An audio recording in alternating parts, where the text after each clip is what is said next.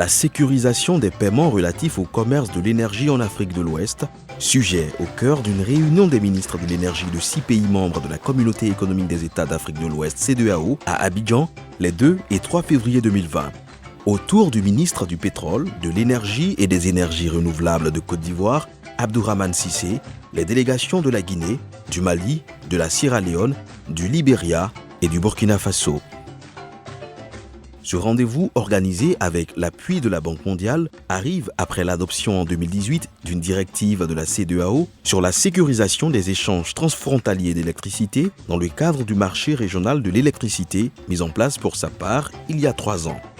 Un mécanisme qui veut lutter contre la pauvreté énergétique dans la sous-région et assurer les bases d'une croissance économique partagée, et ce, par le respect des engagements de toutes les parties, fournisseurs et clients d'électricité. La Banque mondiale estime que le commerce de l'électricité en Afrique de l'Ouest pourrait générer des économies dans la fourchette de milliards de dollars pour la sous-région. Toutefois, le commerce de l'énergie électrique fait face à plusieurs problèmes au niveau régional, dont notamment la faible viabilité financière des services publics, ce qui importe en particulier au niveau des importateurs, et le fait que les exportations d'électricité, elles aussi, ne sont pas toujours fiables. La Banque mondiale est un partenaire clé de la CEDEAO et du WAP. C'est dans ce cadre qu'elle considère la mise au point de 2 instruments visant à renforcer immédiatement la confiance dans le commerce et à soutenir la mise en œuvre de la nouvelle directive de la CEDEAO. De prime abord, la Banque mondiale mobilisera un appui financier conséquent sous forme d'appui budgétaire régional pour 6 pays que sont le Burkina Faso, la Côte d'Ivoire, la Guinée, le Libéria, le Mali et la Sierra Leone. Mais malgré la bonne volonté des différents pays, les participants à cette rencontre sont conscients des risques liés à la procédure de paiement des factures d'énergie. À cela, il faut ajouter le fait que l'offre en électricité demeure insuffisante au regard des besoins dans la sous-région. Il nous appartient donc de trouver des mécanismes fiables, pérennes et durables pour rendre les échanges électriques équitables au bénéfice des parties prenantes. C'est donc une urgence pour nous d'examiner des pistes de réflexion sur comment sécuriser les paiements sur les échanges transfrontaliers d'énergie électrique et aussi comment créer des conditions commerciales saines entre les acteurs. Face à ces enjeux, Abdourahmane Cissé a rappelé les actions menées par la Côte d'Ivoire pour remplir sa part du contrat et tenir ses engagements vis-à-vis de ses partenaires. L'augmentation de sa capacité de production, la part croissante des énergies renouvelables dans son parc énergétique, tels sont les arguments présentés par la délégation ivoirienne. La quête de l'accès à l'énergie pour tous en 2030 commande que nous développions nos capacités de production et des lignes d'interconnexion conformément au plan de la CEDEAO, afin de permettre la mutualisation des ressources énergétiques régionales.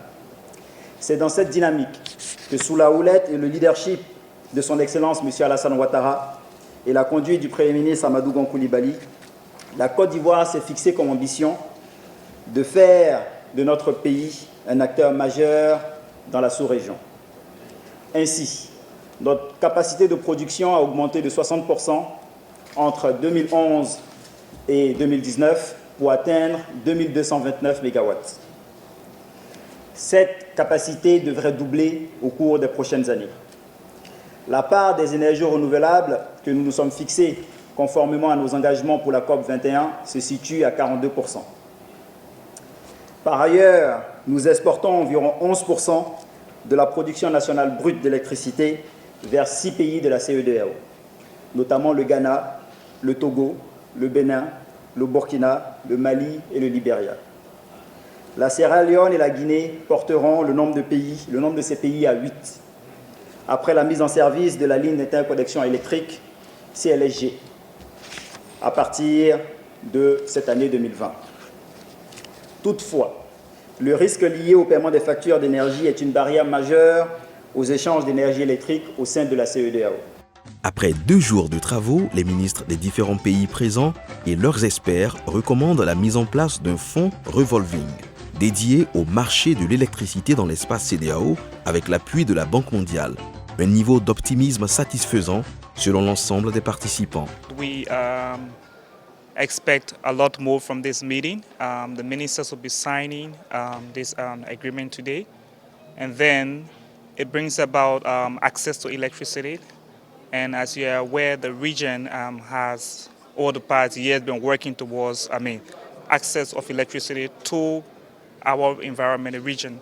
So as this meeting goes on, we hope that at the end of the day, we can have security of payment of electricity bills. We can have security of cross-border activities. We can have a much improved cooperation between governments in the sub-region.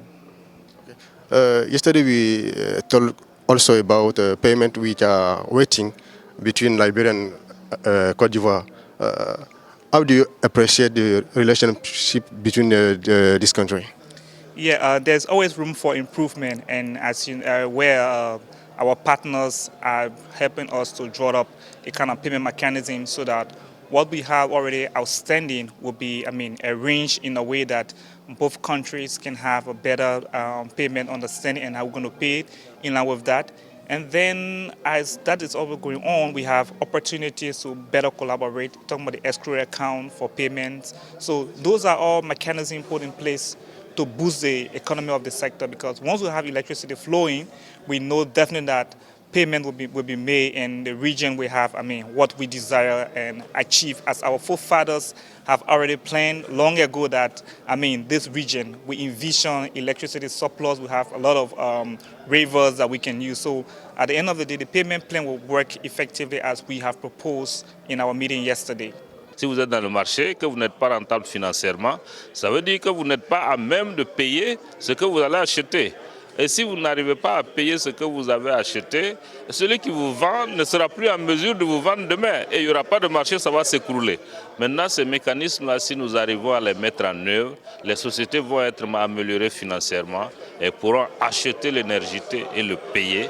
Et ceux qui produisent vont pouvoir le produire normalement. Je crois que nous sommes arrivés à... Le processus n'est pas à son terme. Ça reste encore à dérouler, d'autres accords à faire.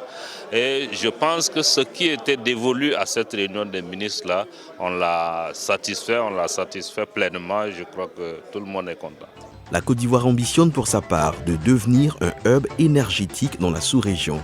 Aujourd'hui, le pays exporte environ 11% de sa production brute vers 6 pays de la sous-région que sont le Ghana, le Togo, le Bénin, le Burkina Faso, le Mali et le Libéria.